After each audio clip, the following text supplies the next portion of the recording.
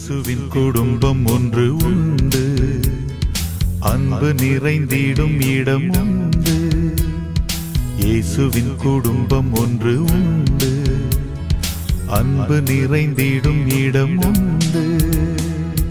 உயர்வும் இல்லை, அங்கு தாழ்வும் இல்லை, ஏழை இல்லை, பணக்காரன் இல்லை.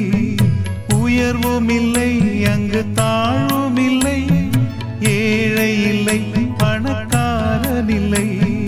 ராஜாதி ராஜா இயேசு என்றென்றும் ஆண்டிடுவார். ராஜாதி ராஜா இயேசு என்றென்றும் ஆண்டிடுவார். இயேசுவின் குடும்பம் ஒன்று உண்டு, அன்பு நிறைந்திடும் இடம் உண்டு. பாவமில்லை, அங்கு சாபமில்லை, வியாதி இல்லை, கடும் பசியும் இல்லை. பாவமில்லை, அங்கு சாபமில்லை, வியாதி இல்லை, கடும் பசியும் இல்லை. ராஜாதி ராஜா இயேசு என்றென்றும் ஆண்டிடுவார். ராஜாதி ராஜா இயேசு என்றென்றும் ஆண்டிடுவார். இயேசுவின் குடும்பம் ஒன்று உண்டு, அன்பு நிறைந்திடும் இடம் உண்டு. இன்பம் உண்டு, சமாதானம் உண்டு, வெற்றி உண்டு, துதி பாடல் உண்டு. இன்பம் உண்டு, சமாதானம் உண்டு, வெற்றி உண்டு, துதி பாடல் உண்டு. ராஜாதி ராஜா இயேசு என்றென்றும் ஆண்டிடுவார். ராஜாதி ராஜா இயேசு என்றென்றும் ஆண்டிடுவார். இயேசுவின் குடும்பம் ஒன்று உண்டு, அன்பு நிறைந்திடும் இடம் உண்டு. கிரீடமுண்டு, ஜெய கொடியும் உண்டு, நடனமுண்டு, ஆர்ப்பரிப்பும் உண்டு. கிரீடமுண்டு, ஜெய கொடியும் உண்டு, நடனமுண்டு, ஆர்ப்பரிப்பும் உண்டு. ராஜாதி ராஜா இயேசு என்றென்றும் ஆண்டிடுவார். ராஜாதி ராஜா இயேசு என்றென்றும் ஆண்டிடுவார். இயேசுவின் குடும்பம் ஒன்று உண்டு, அன்பு நிறைந்திடும் இடம் உண்டு. இயேசுவின் குடும்பம் ஒன்று உண்டு, அன்பு நிறைந்திடும் இடம் உண்டு. ஆண்டவரும் இரட்சகருமாகிய இறைமகன் இயேசு கிறிஸ்துவின் இணையற்ற நாமத்தில் யாவருக்கும் அன்பின் வாழ்த்துதல்களை கூறிக்கொள்கின்றேன். பிரிவினைகளை தவிர்ப்போம், கிறிஸ்துவின் அன்பில் ஒன்றிணைவோம். Let us destroy the divisions and be united in the love of Christ. Amen. அருமையான தேவனுடைய பிள்ளைகளை, நாம் ஆராதிக்கிற தேவன் அவர் ஜீவன் உள்ள தேவனாயிருக்கிறார். அவர் நேற்றும் இன்றும் என்றும் மாறாதவராயிருக்கிறார். அவர் பராக்கிரமசாலியான கர்த்தராயிருக்கிறார். சேனைகளின் கர்த்தர் அவர். கர்த்தருடைய பராக்கிரமம் நம்மை பாதுகாக்கின்றது. அவருடைய பரிசுத்த இரத்தத்தால் நம்மை மீட்டெடுத்திருக்கின்றார். நாம் ஒவ்வொருவரும் கிறிஸ்துவுக்குள்ளாக அவருடைய சொந்த ஜனமாக காணப்படுகின்றோம். இப்படி இருந்தாலும் என்னுடைய வாழ்வில் ஒரு வெற்றி இல்லை. நான் ஜெபிக்கக்கூடிய ஜெபங்களுக்கு எனக்கு ஒரு விடுதலை இல்லை. இப்படியாக பலவிதமான குழப்பங்கள் மத்தியிலும் நான் கர்த்தருடைய சமூகத்தில் அனுதினமும் செல்லுகின்றேன், ஆண்டவரை ஆராதிக்கின்றேன், வேதாகமத்தை தியானிக்கின்றேன், இன்னும் அநேகருக்கு கொடுக்கின்றேன் என்று அநேக காரியங்களை கூறலாம். ஆனால் இது எதுவுமே செய்யாத அந்நிய ஜனங்கள் கர்த்தரால் ஆசீர்வதிக்கப்பட்டிருக்கிறார்களே, அவர்களுடைய வாழ்க்கை எப்பொழுதும் செழிப்பாக காணப்படுகின்றது என்ற ஒரு மனபாரம் நமக்குள்ளாய் காணப்படுவதுண்டு. இதனால் நமக்குள்ளாக ஒரு விதமான முறுமுறுப்பு வருவதுண்டு. இன்று கர்த்தர் நம்மை இந்த கட்டுகளிலிருந்து விடுவிக்க போகின்றார். எத்தனை பேர் விசுவாசத்தோடு காணப்படுகிறீர்கள்? ஆண்டவருடைய வார்த்தை உங்களுக்குள்ளாய் வரும் பொழுது அந்த வார்த்தையை அப்படியே தங்களுக்குள்ளாக பற்றி கொள்ளுங்கள், தங்களுக்குள்ளாக வைத்துக் கொள்ளுங்கள். அந்த வார்த்தையை கொண்டு ஆண்டவருடைய சமூகத்தில் நீங்கள் கேட்கும் பொழுது கர்த்தர் அவருடைய வார்த்தையின்படியே உங்களை விடுவிக்கிறவராயிருக்கிறார், உங்களை ஆசீர்வதிக்கிறவராயிருக்கிறார். கர்த்தரால் தெரிந்து கொள்ளப்பட்ட அவருடைய பிள்ளைகளாகிய நம்மை ஆசீர்வதிப்பதே கர்த்தருக்கு பிரியமாக காணப்படுகின்றது. இன்று நம்முடைய வாழ்வில் ஒரு வெற்றி இல்லாத பரிக்கும் குடும்பங்களுக்குள்ளாக பலவிதமான சூழ்நிலைகள், நெருக்கங்கள் வருவதற்கும் முக்கிய காரணமாய் காணப்படுவது நமக்குள்ளாக ஒரு மனமில்லை. கணவன் மனைவிக்குள்ளாக ஒரு மனமில்லை, பெற்றோருக்கும் பிள்ளைகளுக்குள்ளாக ஒரு மனமில்லை, சகோதரர்களுக்குள்ளாக ஒரு மனமில்லை, நண்பர்களுக்குள்ளாக ஒரு மனமில்லை, சபையில் ஒரு மனமில்லை, நமக்குள்ளாகவே ஒரு மனமில்லை. இப்படியாக பலவிதமான குழப்பங்கள் மத்தியிலும் ஒன்றுக்கொன்று எதிராகவும் நாம் காணப்படுகின்றோம். இது சரியா அது சரியா என்ற ஒரு விதமான குழப்பமான ஒரு சூழ்நிலையில் நாம் காணப்படுகின்றோம். ஒரு மனதோடு கர்த்தருடைய சமூகத்தில் நாம் காத்திருக்கும் பொழுது கர்த்தர் வல்லமையான காரியங்களை செய்கின்றார், அநேக அற்புதங்களை செய்கின்றார். அப்போஸ்தலர்கள் புத்தகம் முழுமையாக நாம் படித்து பார்க்கும் பொழுது ஒரு மனத்தோடு நாம் ஜெபிக்கும் பொழுது ஆவியானவர் வல்லமையான காரியங்களை செய்கின்றார். நாம் ஜெபிக்கும் பொழுது நமக்குள்ளாக ஒரு மனம் தேவையாக காணப்படுகின்றது. கர்த்தருடைய விடுதலையை பெற்றுக்கொள்ள வேண்டுமானால் நமக்குள்ளாய் ஒரு மனம் காணப்படுகின்றது. ஆண்டவருடைய ஊழியத்தை இன்னும் அநேகரிடம் எடுத்து செல்ல வேண்டுமே ஆனால் நமக்குள்ளாக ஒரு மனம் தேவைப்படுகின்றது. அநேகருக்கு கொடுக்கும்படியாக நம்முடைய கரங்களை தாராளமாய் திறக்க வேண்டும். அப்படியாக திறப்பதற்கும் நமக்குள்ளாய் ஒரு மனம் காணப்பட வேண்டும். அருமையான தேவனுடைய பிள்ளைகளே, நமக்குள்ளாக இன்று ஒரு மனம் காணப்படுகின்றதா?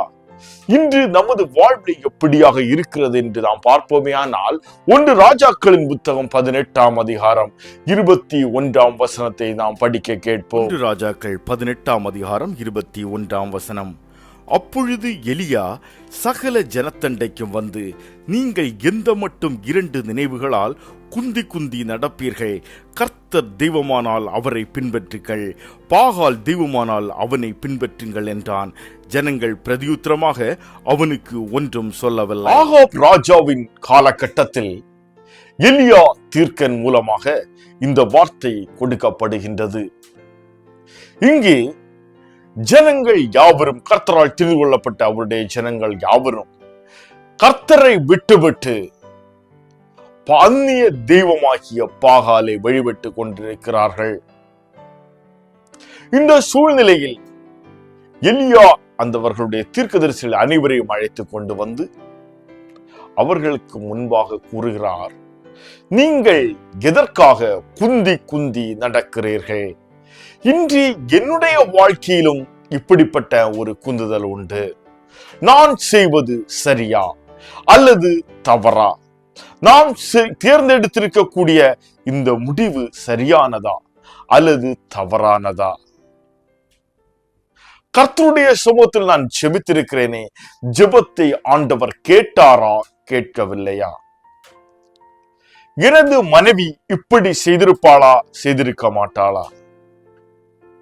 எனது கணவர் இப்படிப்பட்டவரா அல்லது அவர்கள் கூறுவது போல வேற ஏதாவது காரியம் காணப்படுமா? எனது பிள்ளைகள் அவர்கள் நண்பர்களுடன் சேர்ந்து சீரழிந்து கொண்டிருக்கிறார்களா அல்லது நல்ல நண்பர்களோடு சேர்ந்து முன்னேற்ற பாதையில் சென்று கொண்டிருக்கிறார்களா? கிறிஸ்துவுக்குள்ளாக வளர்ந்து கொண்டிருக்கிறார்களா? குடும்ப உறுப்பினர்கள் நமக்குள்ளாக ஒற்றுமையோடு காணப்படுகிறார்களா அல்லது நம்மை குறித்து வேற ஏதாவது அவதூறு பரப்பிக் கொண்டிருக்கிறார்களா? இப்படியாக ஒவ்வொரு இடங்களிலும் நாம் என்ன செய்கின்றோம்? குந்தி குந்தி திரிகிறவர்களாய் காணப்படுகின்றோம். பாகால் தெய்வமானால் பாகாலை வழிபடுங்கள், கர்த்தர் தெய்வமானால் கர்த்தரை வழிபடுங்கள். நீங்கள் எடுக்கக்கூடிய உங்களுடைய தீர்மானத்தில் நீங்கள் உண்மையாக ஆணித்தரமாக உரைத்து நிற்கிறவர்களாய் காணப்பட வேண்டும். கர்த்தருடைய சமூகத்தில் காத்திருந்து ஒரு தீர்மானத்தை எடுக்கும் பொழுது அந்த தீர்மானத்தில் நாம் உறுதியுள்ளவர்களாய் காணப்பட வேண்டும். கர்த்தர் அவருடைய போதகர்கள் மூலமாக, அவருடைய ஊழியர்கள் மூலமாக நம்மோடு இடைபடும் பொழுது அந்த வார்த்தைகளின்படி நமது வாழ்வை மாற்றி அமைத்து கர்த்தருடைய சமூகத்தில் காத்திருந்து அவரிடமிருந்து பெற்றுக்கொண்ட அந்த வார்த்தையை நாம் விசுவாசிக்கிறவர்களாய் காணப்பட வேண்டும். எவ்விதமான சூழ்நிலைகள், போராட்டங்கள் வந்தாலும், நெருக்கங்கள் வந்தாலும் அந்த வார்த்தையை விட்டு பின்மாறி செல்லாதபடிக்கு அந்த வார்த்தையை முருக பற்றி கொள்ளுகிறவர்களாய் நாம் காணப்பட வேண்டும். அப்பொழுது நமது வாழ்வில் வெற்றி காணப்படும்.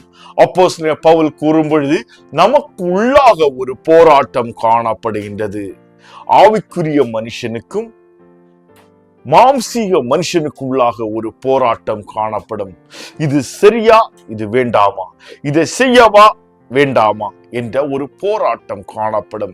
இதில் எது மேற்கொள்கின்றதோ அது நம்முடைய இந்த சரீரம் மூலமாக வெளிப்பட ஆரம்பிக்கும்.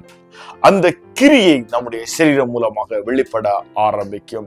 அருமையான தேவனுடைய பிள்ளைகளே, கர்த்தரால் தெரிந்து கொள்ளப்பட்ட அவருடைய பரிசுத்த ஜனமே, நாம் ஒவ்வொருவரும் கர்த்தரிடமிருந்து பெற்றுக்கொண்ட அந்த வார்த்தையை விசுவாசித்து அதில் உறுதியா உள்ளவர்களாய் காணப்பட்டு அந்த வார்த்தையின்படி நாம் செயல்படுகிறவர்களாய் காணப்பட வேண்டும். அந்த வார்த்தையை நம்முடைய வாழ்க்கையில் பிரசித்தப்படுத்துகிறவர்களாய் நாம் காணப்பட வேண்டும். அப்பொழுது காரியம் வாய்க்கும். யோசுவாவின் புத்தகம் 6ஆம் அதிகாரம் 20ஆம் வசனத்தை நாம் படிக்க கேட்போம். யோசுவாவின் புத்தகம் 6ஆம் அதிகாரம் 20 மற்றும் 21ஆம் வசனங்கள். எக்காலங்களை ஊதுகையில் ஜனங்கள் ஆர்ப்பரித்தார்கள். எக்கால சத்தத்தை ஜனங்கள் கேட்டு மகா ஆரவாரத்தோடு முழங்குகையில் அலங்கம் இடிந்து விழுந்தது. உடனே ஜனங்கள் அவரவர் தங்கள் நேராக பட்டணத்தில் ஏறி பட்டணத்தை பிடித்து பட்டணத்தில் இருந்த புருஷரையும் ஸ்திரீகளையும் வாலிபரையும் கிழவரையும் ஆடு மாடுகளையும் கழுதைகளையும் சகலத்தையும் பட்டய கருக்கினால் சங்காரம் பண்ணினார்கள். துதிக்க துதிக்க எரிகோ கோட்டை உடைந்தது என்று நாம் அனைவரும் செபங்களில் நாம் கூறுவதுண்டு, கர்த்தரை மகிமைப்படுத்துவதுண்டு. ஆனால் இங்கு ஒரு துனி வரவில்லை. ஒரு கூட்ட ஜனங்கள், கர்த்தரால் தெரிந்து கொள்ளப்பட்ட அவருடைய ஜனங்களுக்குள்ளாக ஒரு மனம் காணப்படுகின்றது. ஒரே நேரத்தில், ஒரே சமயத்தில் அவர்கள் ஆர்ப்பரிக்க வேண்டும். ஒரே சமயத்தில் அவர்கள் எக்காலம் ஊத வேண்டும். எக்காலம் ஊழக்கூடிய அந்த சத்தத்தை அவர்கள் கேட்டவுடன் இவர்கள் ஆர்ப்பரிக்க வேண்டும். இப்படிப்பட்ட ஒரு மனம் காணப்படும் பொழுது அந்த இடத்தில் என்ன நடக்கின்றது? எரிகோ கோட்டை உடைக்கப்படுகின்றது. அருமையான தேவனுடைய பிள்ளைகள், உங்களுடைய வாழ்வில் காணப்படக்கூடிய கட்டுகள் உடைக்கப்பட வேண்டுமே ஆனால் குடும்பமாக ஒரு மனதோடு ஆண்டவருடைய சமூகத்தில் ஜெபிக்கிறவர்களாய் காணப்பட வேண்டும். கர்த்தரை துதிக்கிறவர்களாய் நாம் காணப்பட வேண்டும். குடும்பங்களுக்குள்ளாக, நண்பர்களுக்குள்ளாக, வேலையிடங்களில் எவ்விதமான சூழ்நிலைகள் வரலாம், நெருக்கங்கள் வரலாம். ஆனால் நெருக்கங்கள் மத்தியில் சோர்ந்து போகாதபடிக்கு கர்த்தருடைய சமூகத்தில் ஒரு மனத்தோடு நாம் காத்திருக்கும் பொழுது, கர்த்தரை துதித்து பாடும் பொழுது, கர்த்தருடைய சமூகத்தில் ஆர்ப்பரிக்கும் பொழுது நமக்கு முன்பாக காணப்படும் எரிகோ கோட்டை உடையும். நமக்கு முன்பாக காணப்படும் கட்டுகள் உடைக்கப்படும். நமக்குள்ளாக காணப்படக்கூடிய வியாதியின் பிடி முறுக்கப்படும். மரண கட்டுகள் முறிந்து போகும். பிசாசின் போராட்டங்கள் இந்த விடுதலை ஒன்று கிடைக்கும். இன்று பிசாசு என்று கூறும் பொழுது அனைவருக்கும் பயங்கரமான ஒரு பயம். அருமையான தேவனுடைய பிள்ளைகளே, கர்த்தரால் தெரிந்து கொள்ளப்பட்ட அவருடைய பரிசுத்த ஜனமே, முதலாவது பயத்தை புறம்பே தள்ளு. கர்த்தர், சேனைகளின் கர்த்தர் அவர் உனக்குள்ளாய் வாசம் பண்ணி கொண்டிருக்கிறார் என்ற விசுவாசத்தில் நிலைத்து கர்த்தர் உன்னை கொண்டு பெரிய காரியங்களை செய்ய வாஞ்சை உள்ளவராயிருக்கிறார். வெறுமனே நம்மை கர்த்தர் தேர்ந்தெடுக்கவில்லை. அவருடைய பரிசுத்த இரத்தத்தை நமக்காக சிந்தியிருக்கிறார். கடைசி சொட்டு இரத்தம் வரை நமக்காக சிந்தியிருக்கிறார். நிந்தை அவமானங்களை சகித்திருக்கிறார். சரீரம் முழுவதும் காயங்களாய் காணப்பட்டது. மரித்து அடக்கம் பண்ணப்பட்டு 3ஆம் நாள் உயிரோடு இருந்து இன்றளவும் நமக்காய் பரிந்து வீசிக் கொண்டிருக்கின்றார். அருமையான தேவனுடைய பிள்ளைகளை, இப்படிப்பட்ட நாம் ஒவ்வொருவரும் பயந்து ஒதுங்குகிறவர்களாக அல்ல, பிசாசின் போராட்டங்களை எதிர்த்து நிற்கிறவர்களாய் காணப்பட வேண்டும். சேனைகளின் கர்த்தர் நம் மூலமாக யுத்தம் செய்யும்படியாக ஒரு மனதோடு கர்த்தருடைய சமூகத்தில் முழங்கால் படியிட்டு கர்த்தரை துதித்து பாடி மேற்கொள்ளுகிறவர்களாய் காணப்பட வேண்டும். என்னை விடுவித்தால் ஒழிய, இந்த கற்றிலிருந்து எனக்கு விடுதலையை தந்தால் ஒழிய உம்மை விடமாட்டேன் என்று அவரை முருக பிடிக்கிறவர்களாய் காணப்பட வேண்டும். இந்த வியாதியின் பிடியிலிருந்து எனக்கு ஒரு விடுதலை வேண்டும் என்று கர்த்தரை முருக பிடிக்கிறவர்களாய் நாம் காணப்பட வேண்டும். இன்று நாம் செபித்துக் கொண்டிருக்கும் பொழுது, குடும்பங்களானாலும் சரி, அல்லது தனிப்பட்ட ஒரு செபத்தில் ஆனாலும் சரி, அல்லது நண்பர்களுடன் சேர்ந்திருந்து செபிக்கும் பொழுது ஆனாலும் சரி, சபையார் ஒன்றிணைந்து செபிக்கும் பொழுதும் சரி, அங்கு ஒரு மனம் காணப்படுவதில்லை. ஒரு காரியத்தை கூறி இதற்காக செபியுங்கள் என்று கூறும் பொழுது அந்த காரியத்தை மட்டும் விட்டு விடுவார்கள். மீதமுள்ள எல்லாவற்றுக்காக அவர்கள் செபிக்கிறவர்களாய் காணப்படுவார்கள்.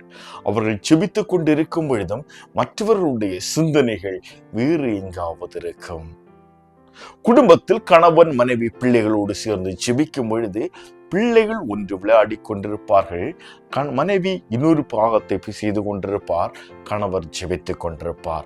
அல்லது கணவர் இன்னொரு வேலையை செய்து கொண்டிருப்பார், மனைவி ஜெபித்துக் கொண்டிருப்பார்கள், பிள்ளைகள் இன்னொரு வேலையை செய்து கொண்டிருக்கும். அருமையான தேவனுடைய பிள்ளைகளே, குடும்பம் கிறிஸ்துவுக்குள்ளாக கட்டப்பட வேண்டுமானால் உங்களுக்குள்ளாக ஒரு மனம் காணப்பட வேண்டும்.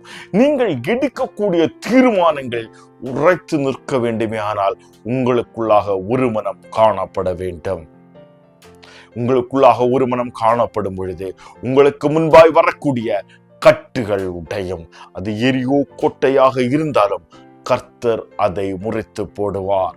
ஆமென். நம் தேவனால் கூடாதவைகள் ஒன்றுமில்ல.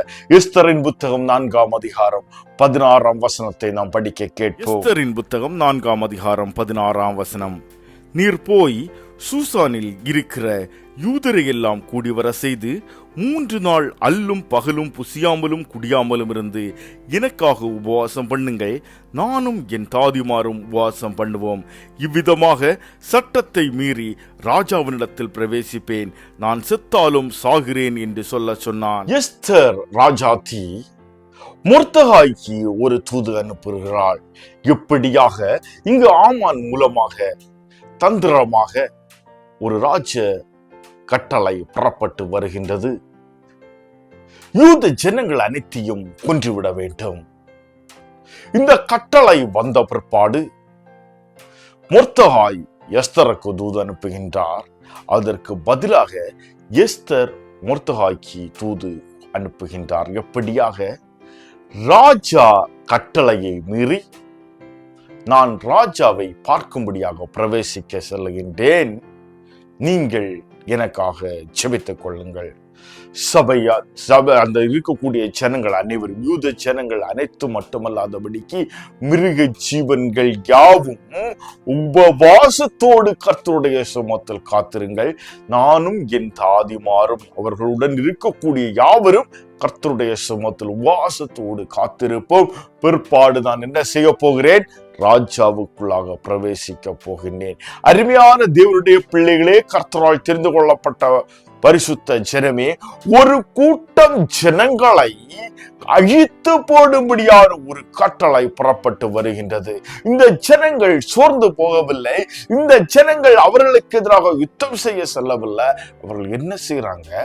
ஒரு மனதோடு கர்த்தருடைய சமூகத்தில் தங்களை ஒப்பு கொடுக்கிறார்கள். கர்த்தர் வல்லமையாக கிரியை செய்கிறவராயிருக்கிறார். நம் தேவனால் கூடாதவைகள் ஒன்றுமல்ல. அடிமைத்தனத்தில் இருந்த தம்முடைய ஜனங்களை மீட்கும்படியாக கர்த்தர் லட்சக்கணக்கான ஜனங்களை கொண்டு போய் யுத்தம் செய்யவில்லை. மோசேயையும் ஆரோனையும் மட்டுமே கொண்டு கர்த்தர் 10 விதமான யுத்தங்களை நடப்பித்தார். அவருடைய வல்லமையை வெளிப்படுத்தினார். அவரால் கூடாதவைகள் ஒன்றுமில்லை. இன்று நம்முடைய வாழ்வில் நாம் சந்தித்துக் கொண்டிருக்கக்கூடிய அல்லது இந்த மாம்ச சரீரத்தில் நான் ஒவ்வொரு நாளும் அவதிப்பட்டு கொண்டிருக்கக்கூடிய காரியங்கள் ஒன்றும் கர்த்தருடைய சமூகத்தில் வரும்பொழுது ஒன்றுமே இல்லை. கர்த்தரால் இது எல்லாவற்றையும் இமிடியேட்டாக மாற்றி உங்களுக்கு ஒரு விடுதலையை தர முடியும். ஆனால் நமக்குள்ளாக ஒரு மனதோடு நாம் என்ன செய்ய வேண்டும்? கர்த்தருடைய சமூகத்தில் வருகிறவர்களாய் காணப்பட வேண்டும். கர்த்தரை நோக்கி கூப்பிடும் பொழுது நம்முடைய வாழ்வில் ஒரு மனம் காணப்படுகின்றதா? குடும்ப ஜெபங்களில் ஒரு மனம் காணப்படுகின்றதா? குடும்பங்களுக்குள்ளாக எடுக்கக்கூடிய தீர்மானங்களில் ஒரு மனம் காணப்படுகின்றதா? சற்று சிந்தித்து பாருங்கள். கணவன் மனைவி எடுக்கக்கூடிய தீர்மானங்களில் ஒரு மனம் காணப்படுகின்றதா? குடும்பத்தில் முதியவர்கள் எடுக்கக்கூடிய தீர்மானங்களில் ஒரு மனம் காணப்படுகின்றதா? அருமையான தேவனுடைய பிள்ளைகளே, நம்மை நாமே ஆராய்ந்து பார்க்க வேண்டும். இன்று நமது ஒரு மனம் எப்படியாக காணப்படுகின்றது? சபைக்கு விரோதமான காரியங்களில் ஒரு மனம் காணப்படுகின்றது. நண்பர்களுக்கு எதிராக கலகமூட்டுவதில் ஒரு மனம் காணப்படுகின்றது. ஏதாவது தீய செயல்களை செய்வதில் ஒரு மனம் காணப்படுகின்றது. அப்படிப்பட்டவர்களுக்கு என்ன சம்பவிக்கும் என்பதை அப்போஸ்தலர் புத்தகம் 5ஆம் அதிகாரம் 9ஆம் வசனத்தில் நாம் படிக்க கேட்கலாம். அப்போஸ்தலர்களின் புத்தகம் 5ஆம் அதிகாரம் 9ஆம் வசனம். பேதுரு அவளை நோக்கி, கர்த்தருடைய ஆவியை சோதிக்கிறதற்கு நீங்கள் ஒருமனப்பட்டதென்ன? இதோ உன் புருஷனை அடக்கம் பண்ணினவர்களுடைய கால்கள் வாசற்படியிலே வந்திருக்கிறது, உன்னையும் வெளியே கொண்டு போவார்கள் என்றான். கர்த்தருடைய ஆவியை சோதிப்பதற்கு நீங்கள் ஒருமனப்பட்டதென்ன? பேதுருவின் காலகட்டங்களில் ஒரு சபை ஒழுங்கு காணப்பட்டது. அன்று சபை ஜனங்கள் யாவரும் தங்களுக்குள்ள ஆஸ்தி யாவற்றையும், தங்களுக்குள்ள அனைத்தையும் விற்று என்ன செய்வார்கள்? சபைக்குள்ளாக கொண்டு வருகிறார்கள். அதை அனைவருக்கும் பங்கு வைக்கிறார்கள். ஒருவருக்கு கூடுதலும் இல்லை, ஒருவருக்கு குறைவும் இல்லை, எல்லாருக்கும் சமமாக பங்கு வைக்கிறார்கள். அப்பொழுது தான் இந்த அனனியா மற்றும் சப்ராளுக்குள்ளாக சத்ருவாயவன் மிக வஞ்சனையான கிரியை செய்கின்றான். தங்களுடைய சொத்தை விற்றதில் ஒரு பாகத்தை தங்களுக்கென்று மாற்றி வைத்து விட்டு மீதமுள்ள பாகத்தை ஆண்டவருடைய சமூகத்தில் கொண்டு வருகிறார். அப்பொழுதும் பேதுரு கேட்கிறார், இவ்வளவுக்குத்தான் விற்றீர்களா? ஆம், இவ்வளவுக்குத்தான் விற்றோம். கர்த்தருடைய கோபம் பற்றி எறிகிறது. அந்த இடத்திலே அவன் மடிந்து போகின்றான். இதற்கு பிற்பாடு வரக்கூடிய அவருடைய மனைவியும் இதே பதிலை சொல்லும் பொழுதுதான் பேதுரு இந்த வார்த்தைகளை கூறுகின்றார். அருமையான தேவனுடைய பிள்ளைகளே, இன்று நமது ஒரு மனமும் இப்படியாகத்தான் காணப்படுகின்றது. குடும்பங்களுக்குள்ளாக கலகத்தை மூட்டுவதற்காக சகோதரர்கள் ஒரு கூட்டம் அங்கு இணைவதும் ஒரு கூட்டம் இங்கு இணைவதுமாக காணப்படுகின்றது.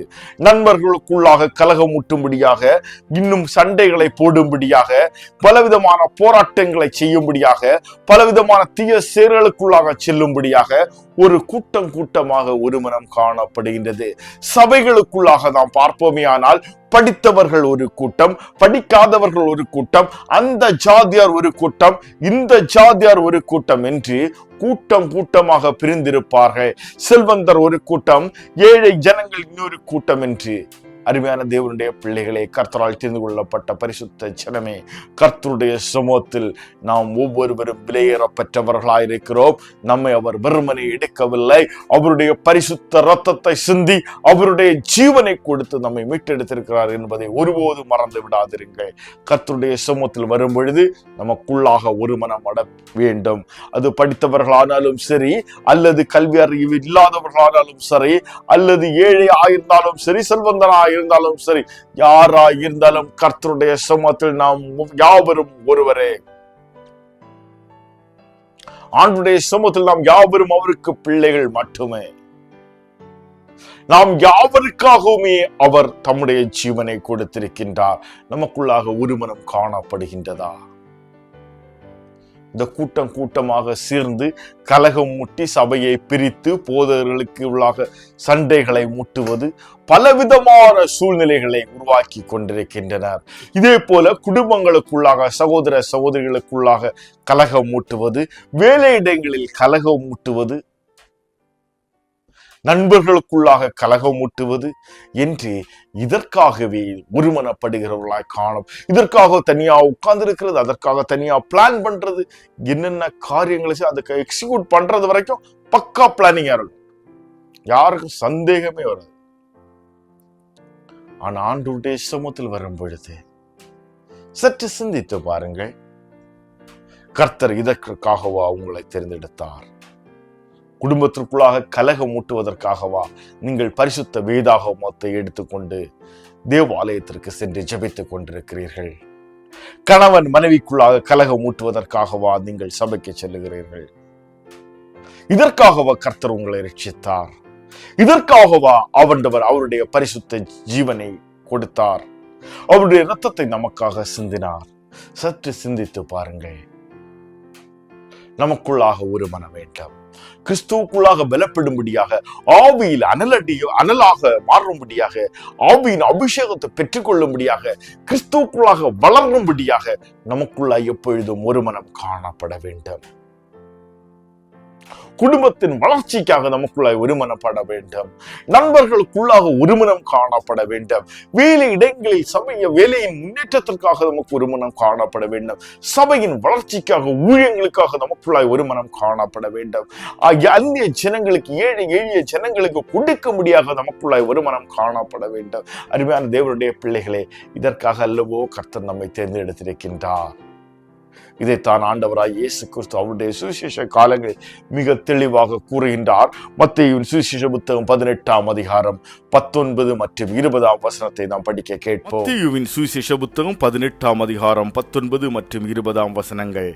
அல்லாமலும் உங்களில் 2 பேர் தாங்கள் வேண்டிக் கொள்ளப் போகிற எந்த காரியத்தை குறித்தாலும் பூமியிலே ஒருமனப்பட்டிருந்தால் பரலோகத்தில் இருக்கிற என் பிதாவினால் அது உங்களுக்கு உண்டாகும் என்று உங்களுக்கு சொல்லுகிறேன்.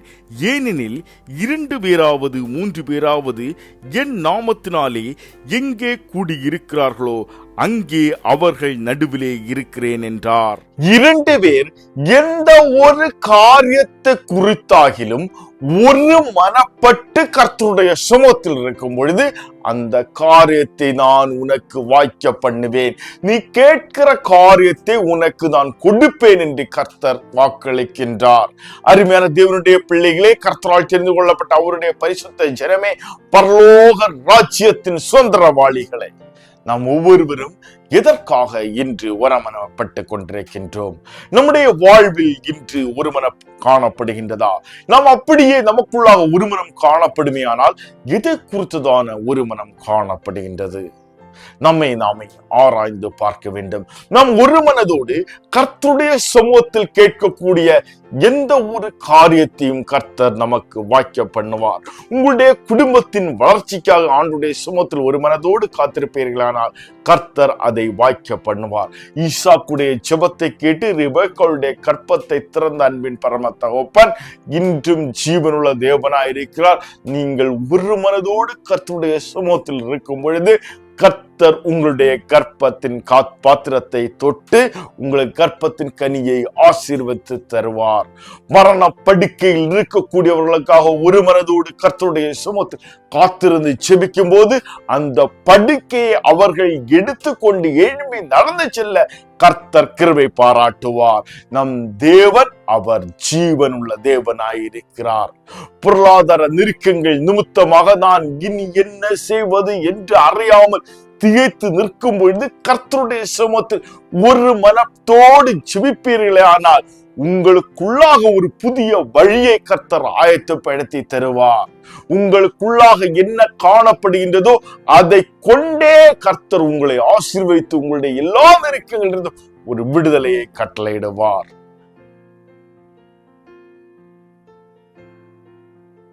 ஆண்டவருடைய ஊழியக்காரனாகிய ஒரு ஆசாரியரை அவர் மரித்து போகிறார். அந்த விதவை மனைவி அவளிடம் காணப்பட்டிருந்த ஒரு கலசம் எண்ணெயை கொண்டு அவளுடைய அனைத்து அனைத்து தேவைகளையும் கர்த்தர் சந்தித்தார். கர்த்தரால் கூடாதவைகள் ஒன்றுமில்லை. அவர் நேற்றும் இன்றும் நாளையும் ஒரு நாளும் அவர் மாறுகிறவர் அல்ல. அவர் வாக்கு தத்தங்களின் தேவனாயிருக்கிறார். அவர் வாக்களிக்கிறவராயிருக்கிறார். அந்த வாக்கு தத்தங்கள் அவர் உண்மை உள்ளவராயிருக்கிறார்.